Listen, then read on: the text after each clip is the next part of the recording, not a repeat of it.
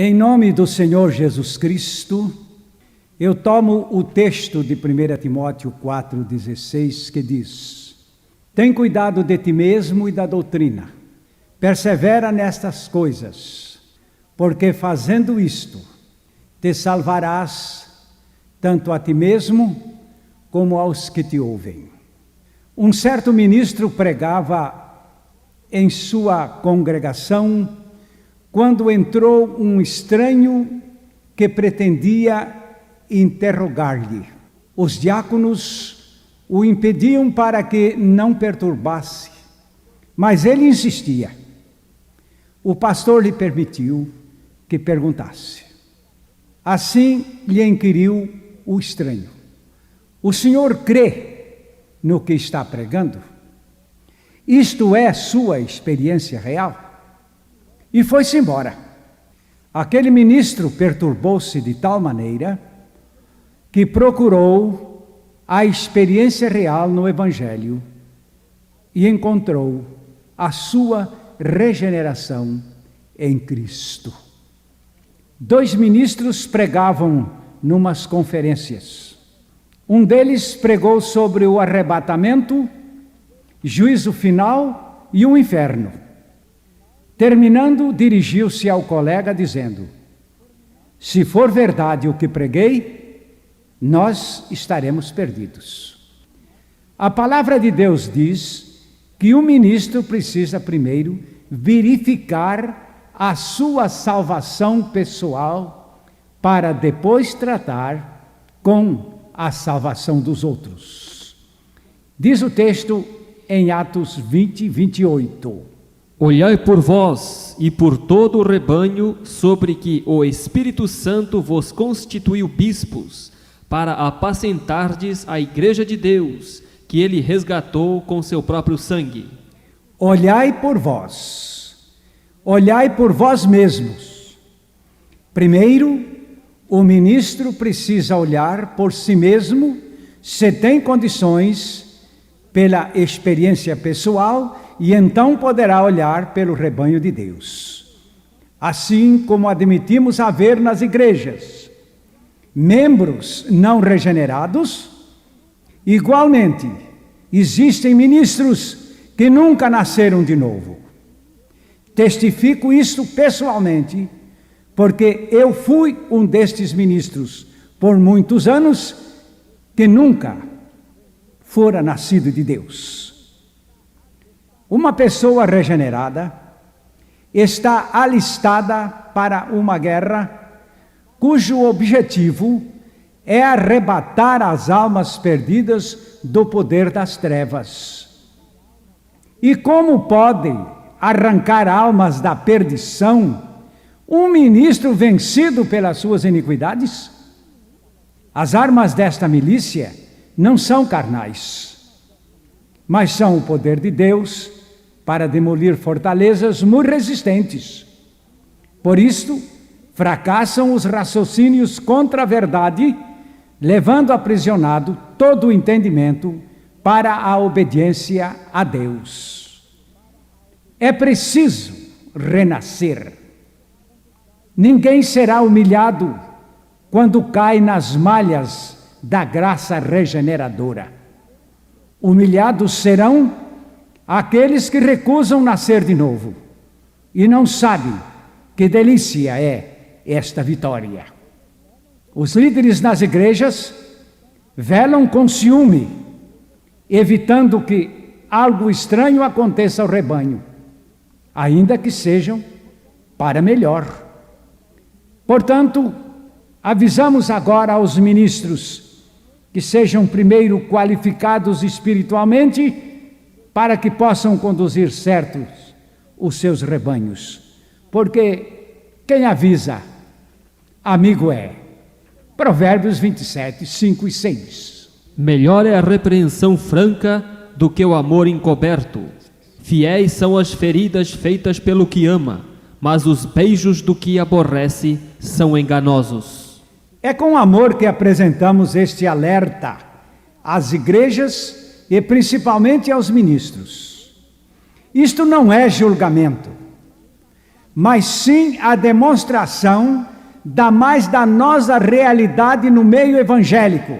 Ministros não convertidos conduzindo rebanhos para onde? É verdade que a palavra de Deus nos julga todas as vezes que nos confrontamos com a sua verdade. Diz o texto de João 12, 48. Quem me rejeitar a mim e não receber as minhas palavras, já tem quem o julgue. A palavra que tenho pregado, essa há de julgar no último dia.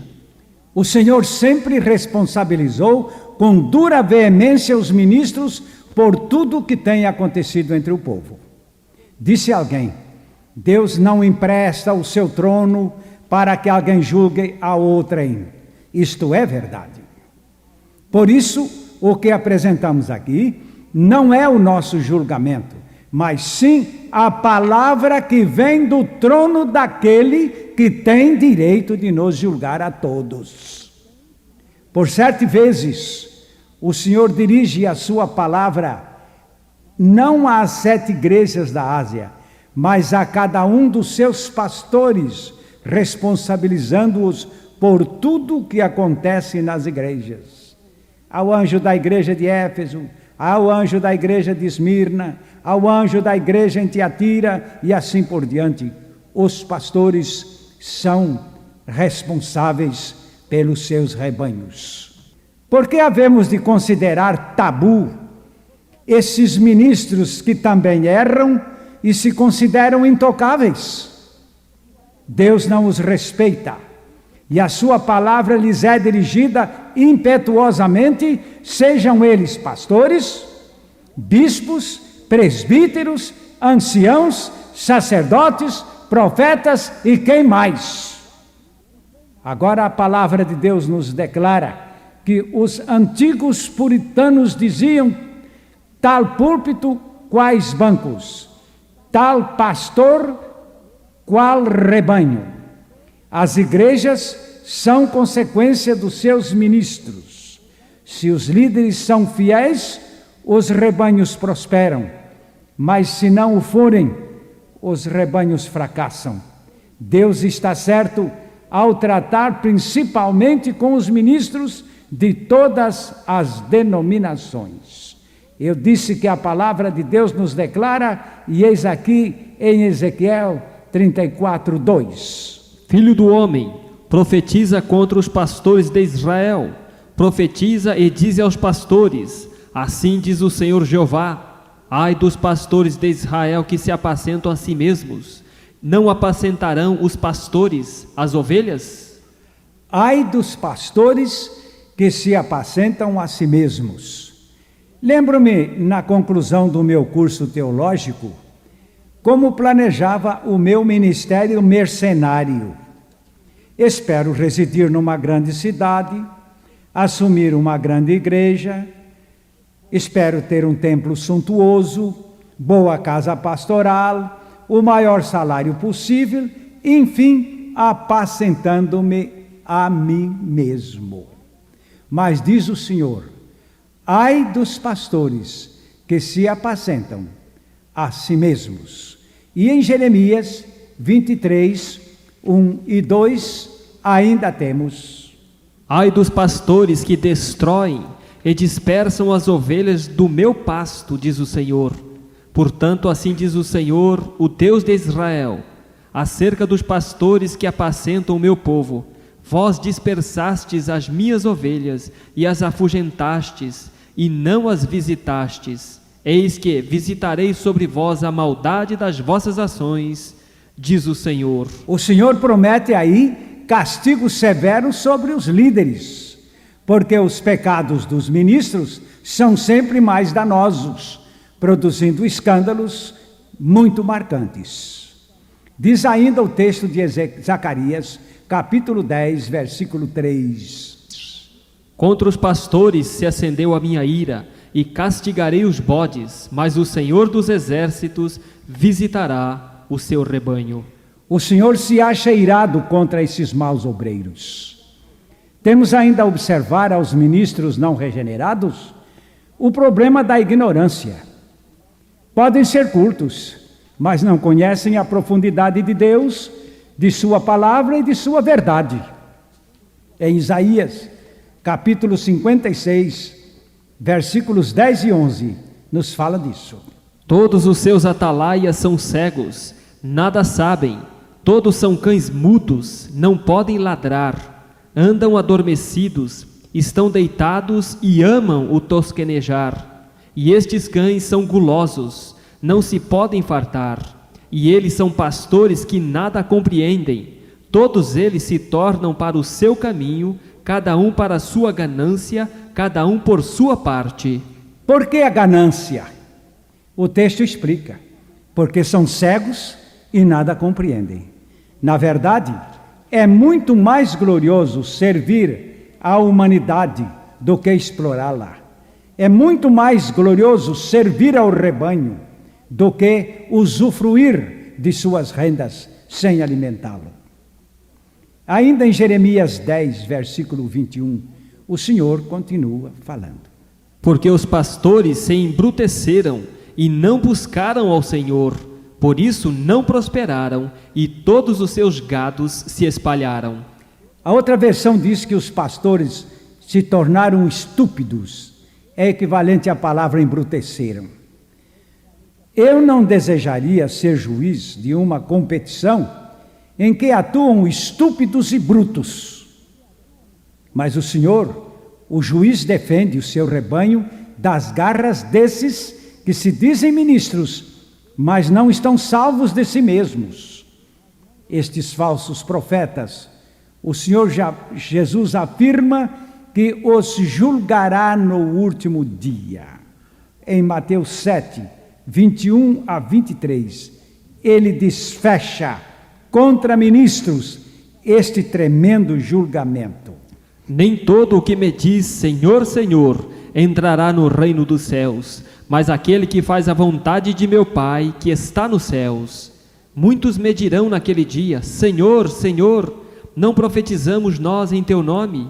E em teu nome não expulsamos demônios? E em teu nome não fizemos muitas maravilhas? E então lhes direi abertamente, nunca vos conheci, apartai-vos de mim, vós que praticais a iniquidade. O que entendiam da graça esses ministros que pretendiam entrar no reino de Deus por meio de obras praticadas?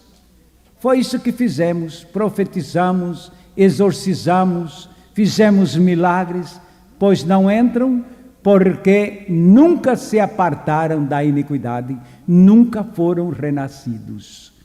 Eles praticaram obras sensacionais, mas nunca foram libertos da sua própria iniquidade. Não foram regenerados. As suas boas obras e práticas de justiça aos olhos de Deus não passam de trapo de imundícia. É o capítulo 11 de 2 aos Coríntios, versículos 13 a 15. Porque tais falsos apóstolos são obreiros fraudulentos, transfigurando-se em apóstolos de Cristo. E não é de maravilhar, porque o próprio Satanás se transforma em anjo de luz. Não é muito, pois, que os seus ministros se transfigurem em ministros da justiça, o fim dos quais será conforme as suas obras. Vimos neste texto que não são ministros da graça, são ministros da justiça. Que tristeza! O fim deles será conforme as suas obras. E eu também esperava esse fim. Esperava acertar com Deus, tendo muito serviço a apresentar. Mas o Senhor me mostrou que pelas minhas obras o meu lugar seria o inferno. Louvo a Deus pela graça que me trouxe a libertação. Eu não conhecia essa graça e fazia tudo para que as minhas obras fossem aceitas. Esses ministros não são libertos da natureza depravada, da carne e nem do velho homem, e por isso destroem a obra de Deus. Jeremias 23, 1. Ai dos pastores que destroem e dispersam as ovelhas do meu pasto, diz o Senhor. E continua o Senhor acusando os pastores que destroem o rebanho do Senhor por não serem regenerados. Este texto se acha em Ezequiel, capítulo 34, versos 7 e 8. Portanto, ó pastores, ouvi a palavra do Senhor. Vivo eu, diz o Senhor Jeová, que visto como as minhas ovelhas foram entregues à rapina, e as minhas ovelhas vieram a servir de pasto a todas as feras do campo, por falta de pastor, e os meus pastores não procuram as minhas ovelhas, pois se apacentam a si mesmos e não apacentam as minhas ovelhas. Eu tenho tristeza de haver cometido esse erro. Conduzi muitos dos meus rebanhos por caminhos errados e de destruição. Embora socialmente, como pastor, agradasse a quase todas as pessoas da igreja, não cumpria eu um ministério espiritual e nem supria a verdadeira necessidade do rebanho. Jesus disse que um cego guiando outro cego não pode chegar a um bom fim. E na segunda carta do apóstolo Pedro, todo o capítulo 2 denuncia os falsos ministros, mas nós vamos examinar os versos 12 e 19 deste capítulo. Mas estes, como animais irracionais, que seguem a natureza, feitos para serem presos e mortos, blasfemando do que não entendem, perecerão na sua corrupção, prometendo-lhes liberdade, sendo eles mesmos servos da corrupção, porque de quem alguém é vencido, do tal se faz tal servo. Como poderia melhorar o rebanho, fazendo-o crescer com vigor espiritual, um ministro escravizado pelo pecado? Estes é o que a palavra de Deus declara ou denuncia no versículo 12 da carta de Judas. Estes são manchas em vossas festas de caridade, banqueteando-se convosco e apacentando-se a si mesmos sem temor. São nuvens sem água, levadas pelos ventos de uma para outra parte. São como árvores murchas e infrutíferas, 2 vezes mortas, desarraigadas. Nuvens sem águas não têm mesmo nada para dar. Ouvi há pouco o testemunho de um moço nascido de novo, vindo das drogas e de uma vida depravada e perversa. Ele disse: fui a uma igreja ouvir o pastor e descobri que ele não passava de uma nuvem sem água. São pregações dotadas de muitas qualidades oratórias, mas destituídas da vida espiritual. Achava-me no Nordeste com o Dr. Augusto Paranaguá, de saudosa memória. Eu lhe disse: a chuva está perto, Dr. Augusto. Respondeu-me: está muito longe, pastor. Mas estou vendo muitas nuvens. Ele me respondeu: são nuvens sem água. Estes pastores, como nuvens sem água, jamais poderão ser uma bênção para os seus rebanhos. Este pensamento castigou-me por muitos anos, sabendo que achava à frente de rebanho e que era espiritualmente necessitado, mas eu nada tinha para dar. Não era regenerado, não havia nascido do Espírito, não estava qualificado. E mais doloroso ainda, é que não sendo salvo, embora supondo que o fosse, servia de tropeço aos que necessitavam dessa salvação. E Jesus mostra que sem a experiência de salvação é impossível indicar a porta sem ser impedimento. Isto está lá em Mateus 23, 13. Mas ai de vós, escribas e fariseus, hipócritas, pois que fechais aos homens o reino dos céus, e nem vós entrais, e nem deixais entrar aos que estão entrando. E o Senhor nos fala de ministros sem conhecimento, que procuram guiar seus rebanhos, vão para a destruição. Aparece aqui esse texto de Oséias, capítulo 4, versículo 6, onde o Senhor reclama de ministros que nada têm e nada podem fazer pelo rebanho, espiritualmente falando. O meu povo foi destruído, porque lhe faltou o conhecimento, porque tu o rejeitaste, o conhecimento. Também eu te rejeitarei, para que não sejas sacerdote diante de mim, visto que te esqueceste da lei do teu Deus, também eu me esquecerei dos teus filhos. Por que os filhos? Sim, porque a mais sensível perda de quem nada tem para dar ao próximo é a perdição dos seus próprios filhos, criados na ilusão religiosa. E quantos filhos de ministros são perdidos e servem de escândalos para o ministério de seus pais. Eu me esquecerei dos teus filhos, diz o Senhor. Ver os filhos descerem para a perdição não é nada agradável. Por falta de conhecimento do Senhor e da graça regeneradora, estabeleceu-se um sistema de religião superficial para consolar o povo. Jeremias capítulo 50, verso 6. Ovelhas perdidas foram o meu povo, os seus pastores as fizeram errar, para os montes as deixaram desviar, de monte em outeiro andaram e esqueceram-se do lugar do seu repouso. Pastores que fazem errar as suas ovelhas precisam de experiência com o Senhor. Agora, Zacarias capítulo 10, versículo 2, continua falando disto. Porque os terafins têm falado vaidade, e os adivinhos têm visto mentira, e descrito sonhos vãos, com vaidade consolam, por isso vão como ovelhas, estão aflitos, porque não há pastor.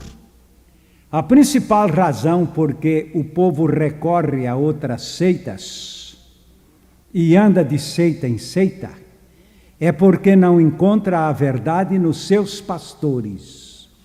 O coxo vazio dispersa o gado. Diz o texto aqui de Jeremias 6,14.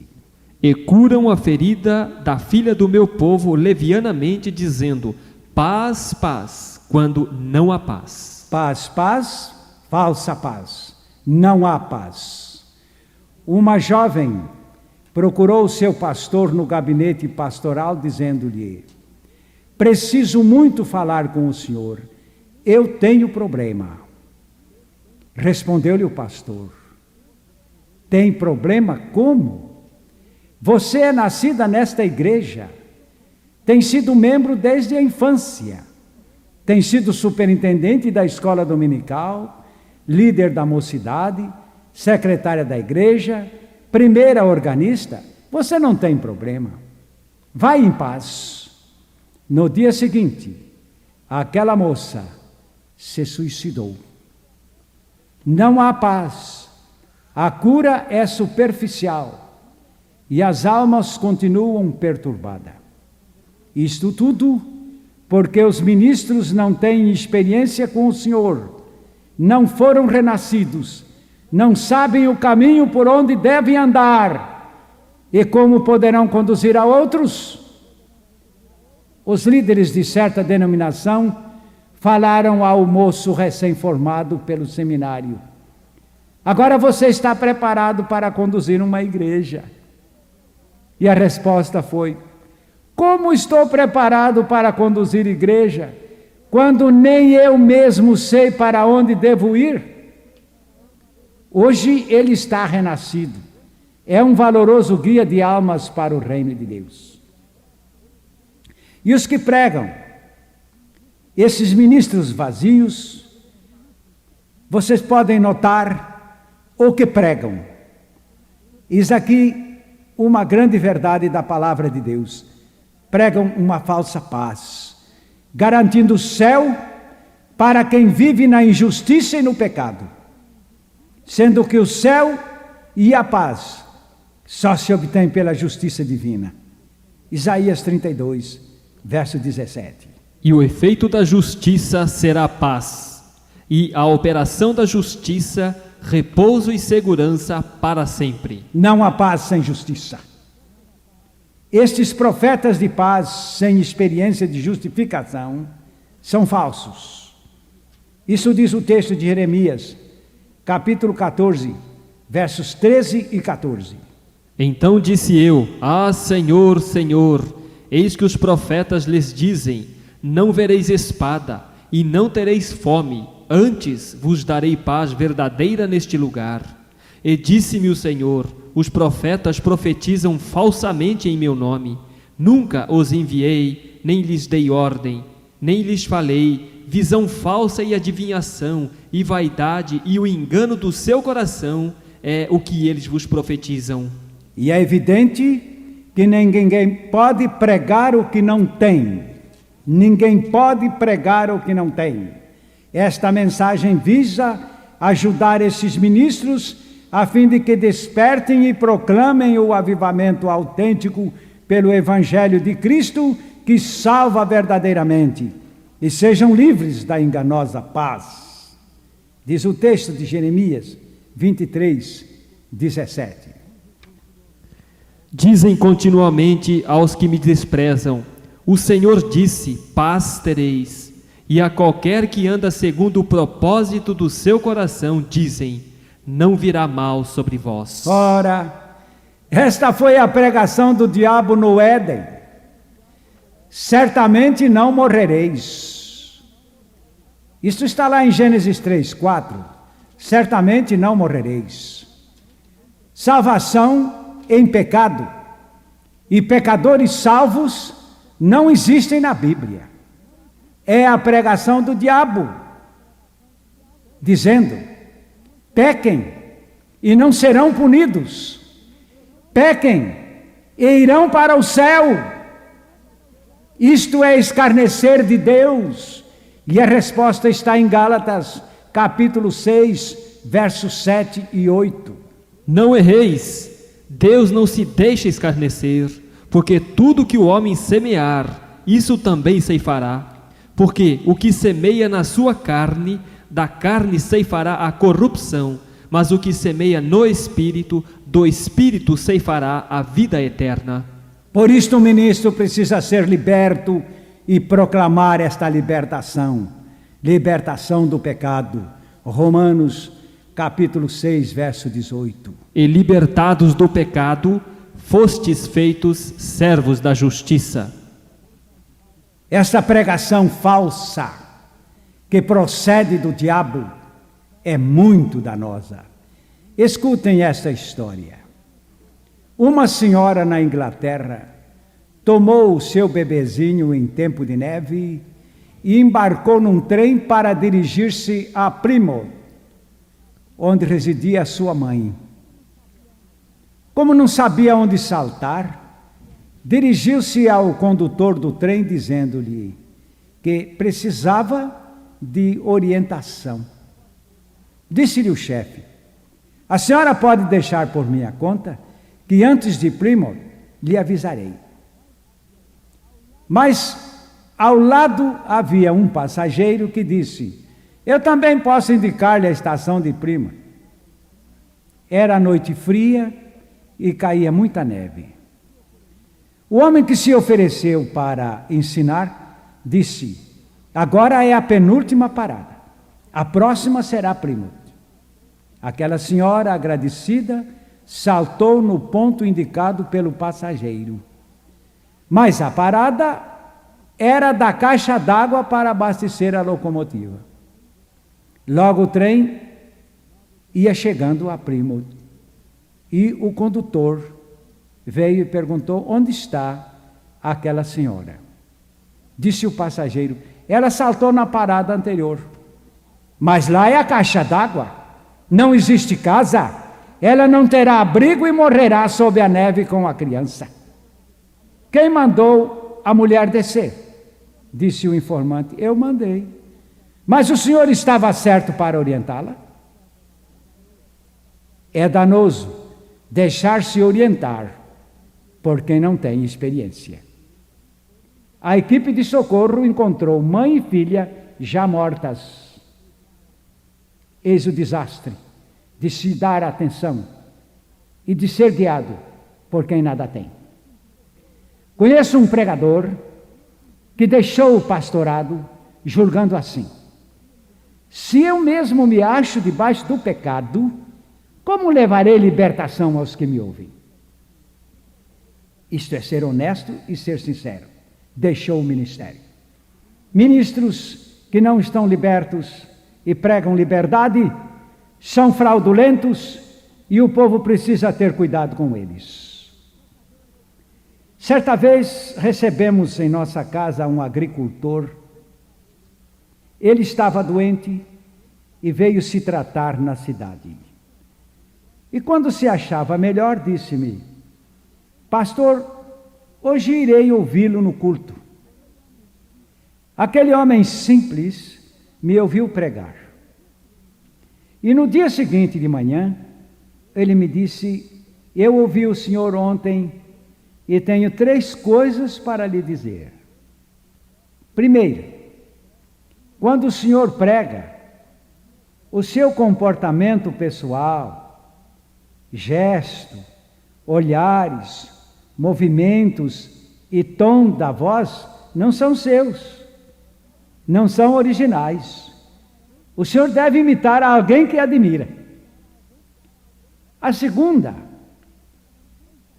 é que os pensamentos que o senhor emitiu na mensagem, 90% são adaptados, não são seus.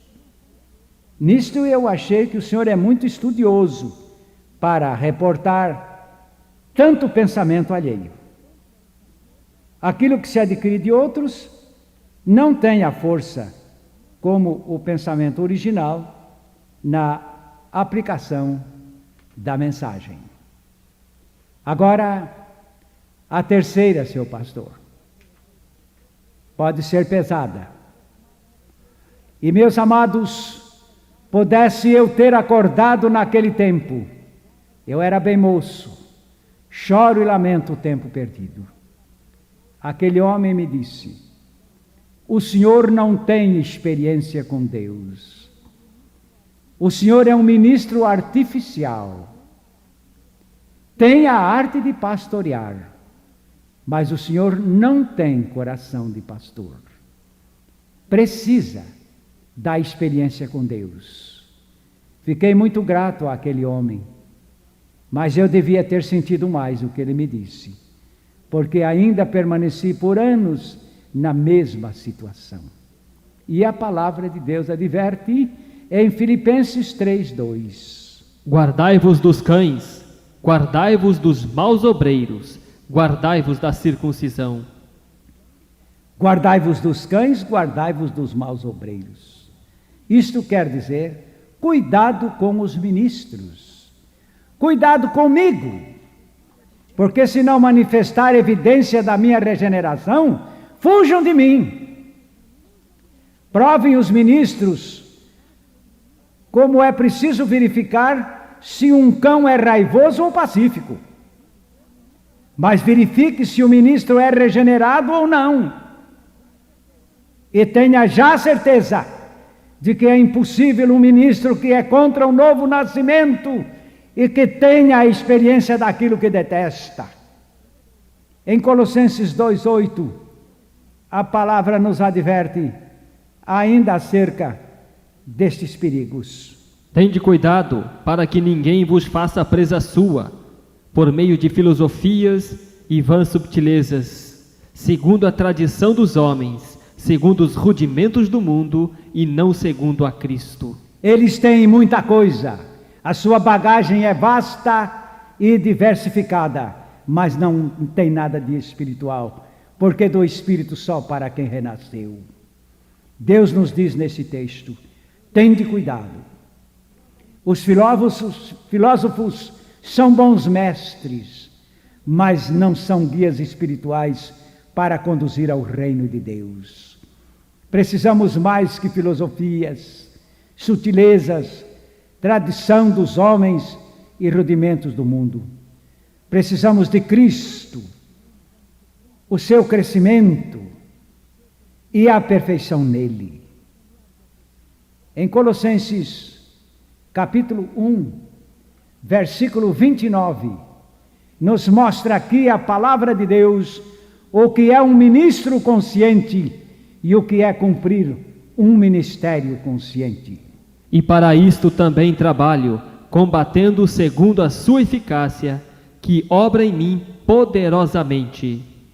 É isto que a palavra de Deus afirma. Ministros conscientes, precisamos tomar cuidado.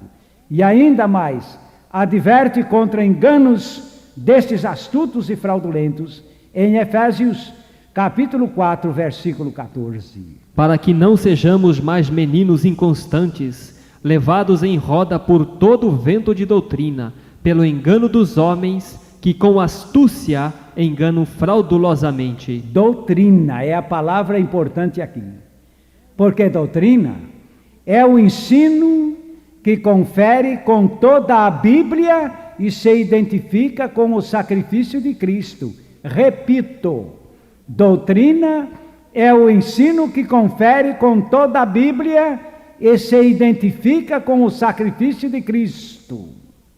Se o ensino não condiz com as duas provas citadas, deve ser chamado heresia e não doutrina. Mateus 15, 13.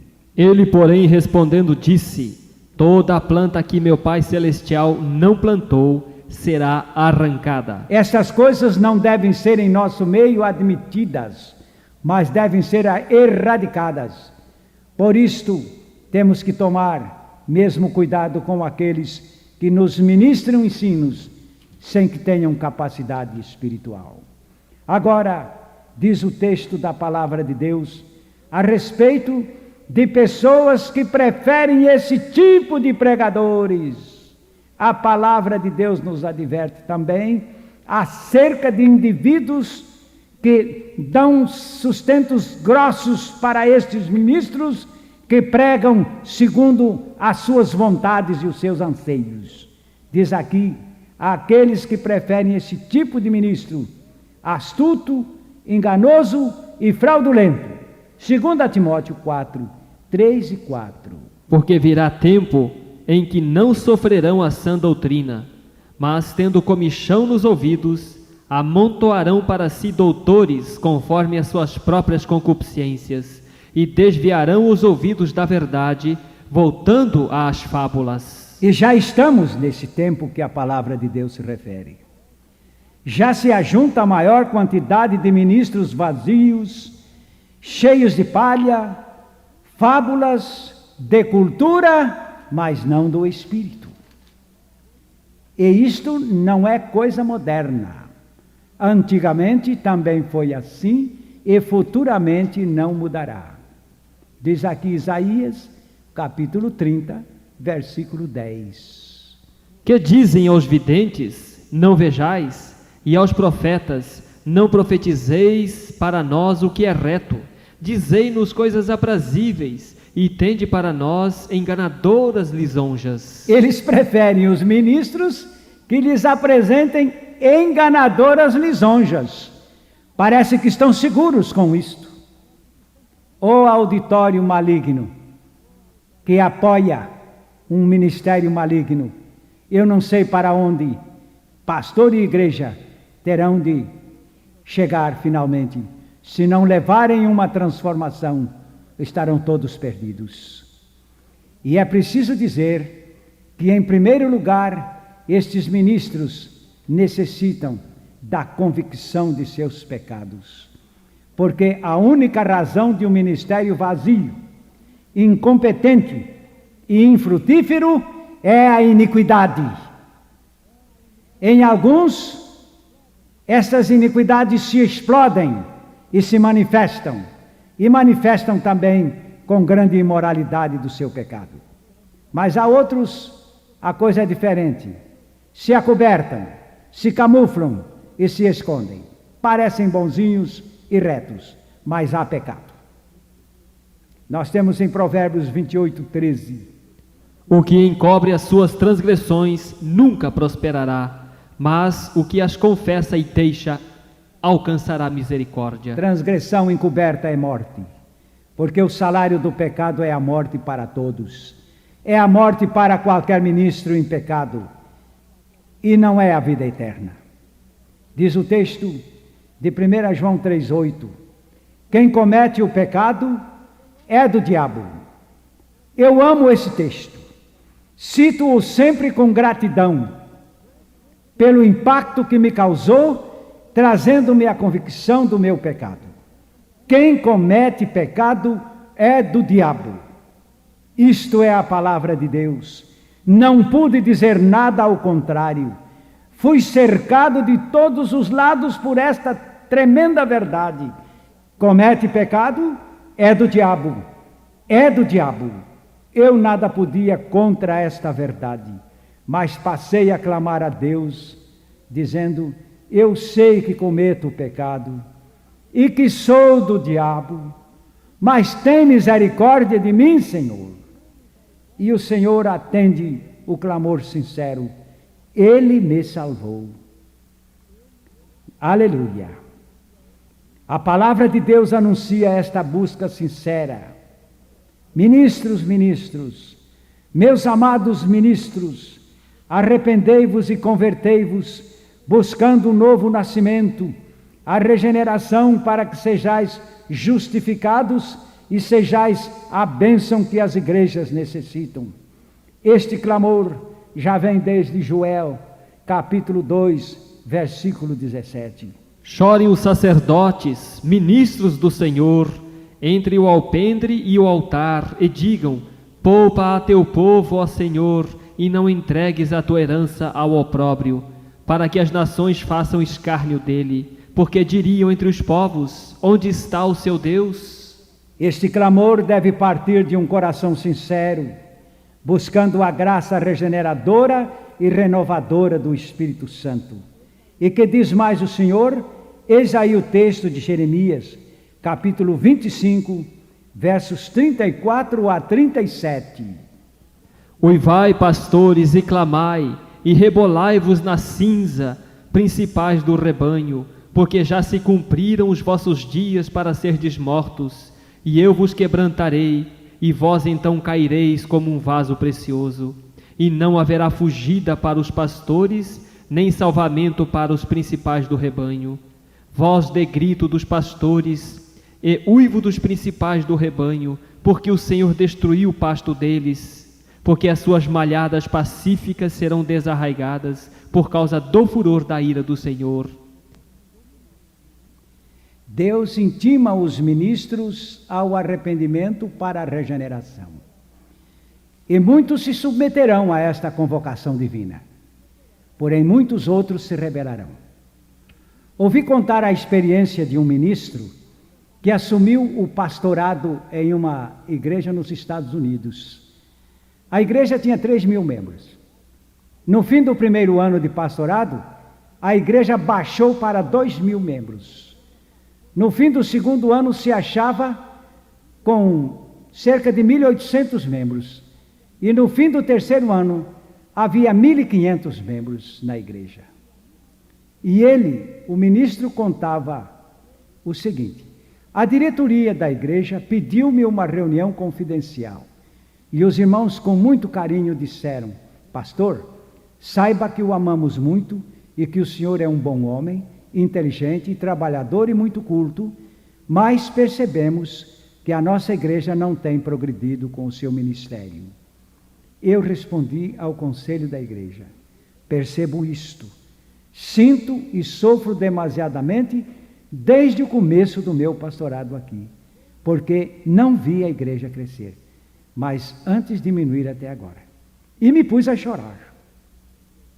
Ajoelhamo-nos todos e oramos, e dizer mais o quê?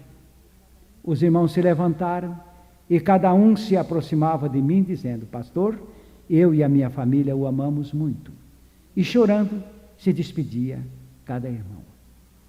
E por último ficou um diácono, um homem piedoso, que tinha experiência com o Senhor, o qual disse-me: pastor, eu te amo, mas posso te dizer a verdade que está no meu coração?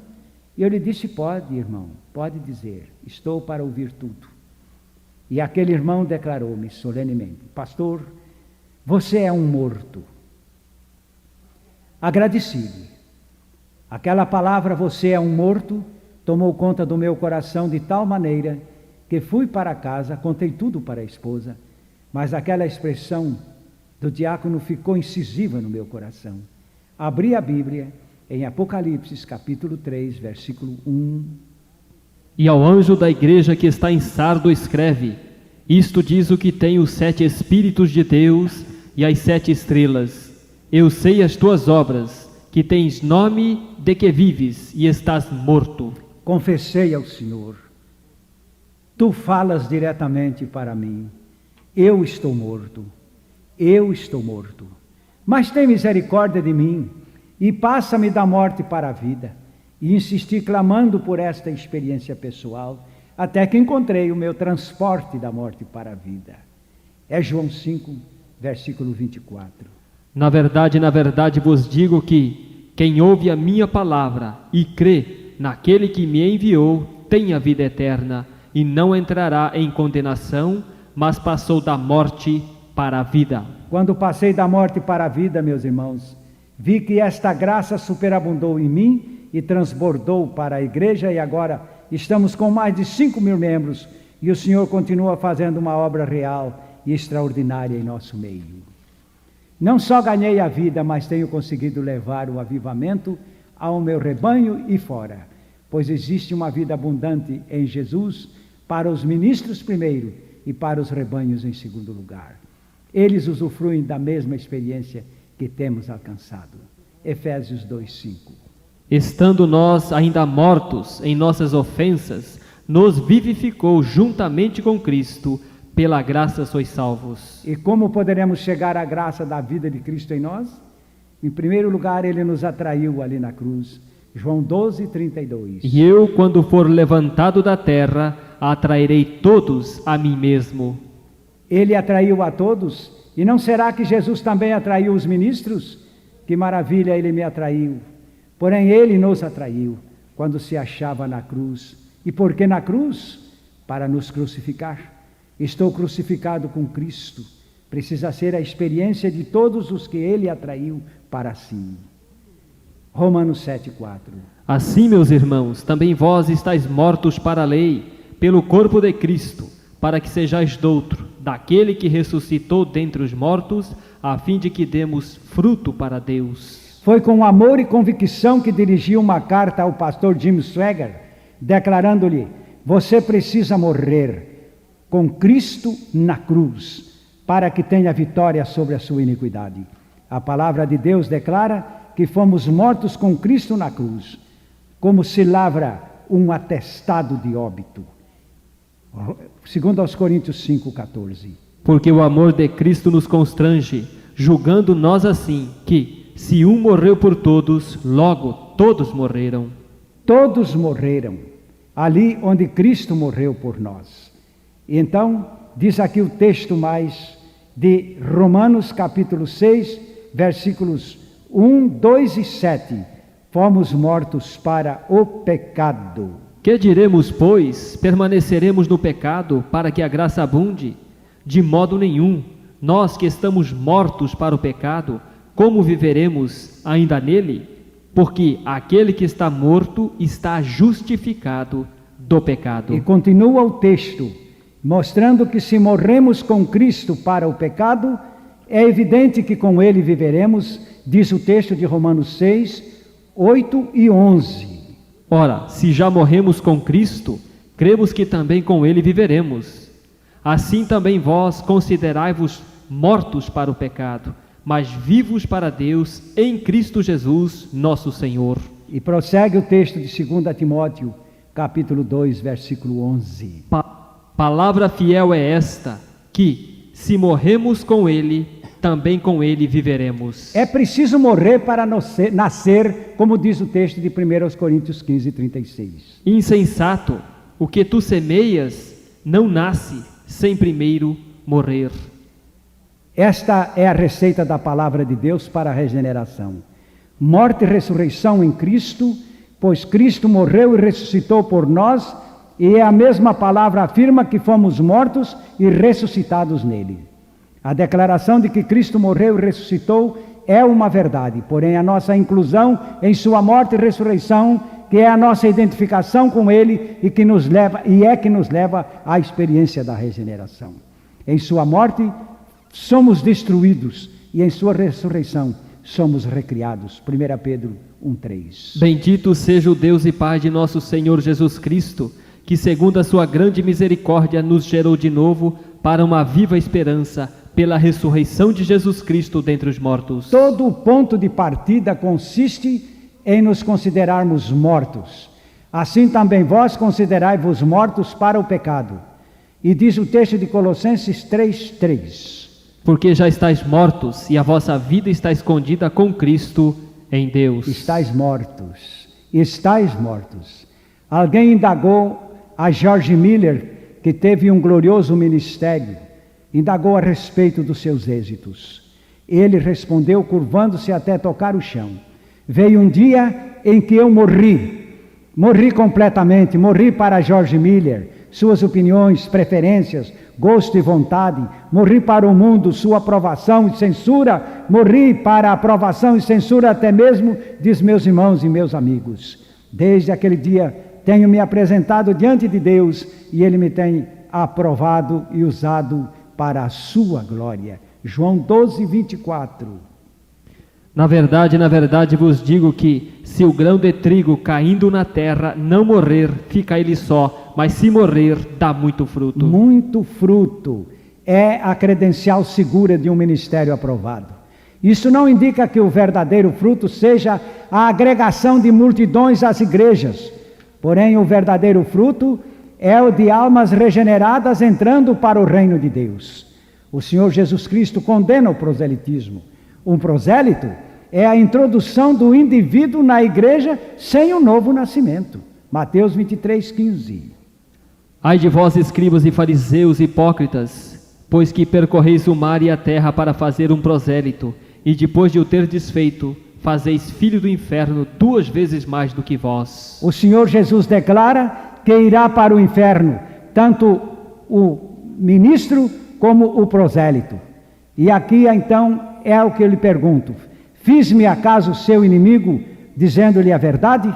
O Senhor Jesus nos adverte que aquele que não tem, não pode dar. E eu, como ministro, sou o primeiro a atender com carinho a sua advertência e recomendo a todos os ministros que tomem a sério a palavra de Deus, porque o reino de Deus é chegado e nele só se pode entrar pelo novo nascimento.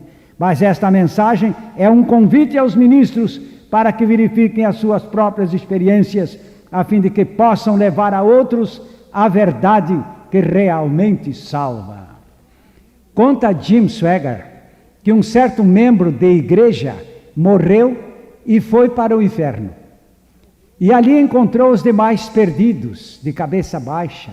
E ele começou a levantar a cabeça de cada um e dizia: não é este, e não é este. E assim fazendo, o diabo lhe perguntou: o que você está procurando? Respondeu-lhe: procuro o meu pastor que me pregou um certo evangelho. Porque se a sua pregação me trouxe para cá, é certo que ele se acha aqui também. E meus amados, por que não dizer que isto é a verdade? Este evangelho de qualidade profana, com uma graça tolerante que não salva do pecado, não é o evangelho de Cristo. Por isso, os pregadores precisam ser verdadeiramente livres para proclamarem com verdade a libertação em Jesus. João 8:36. Se, pois, o Filho vos libertar, verdadeiramente sereis livres. Meus amados, eis o convite geral. vamos à cruz, à morte com Jesus e a nossa ressurreição nele.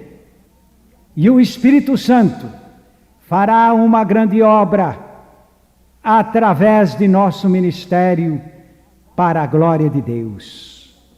As almas precisam da verdade e não devemos traí-las com mensagens falsas, pois devemos experimentar primeiro aquilo de que temos a pregar. Creiamos na palavra de Deus, aí em Romanos 10, 8.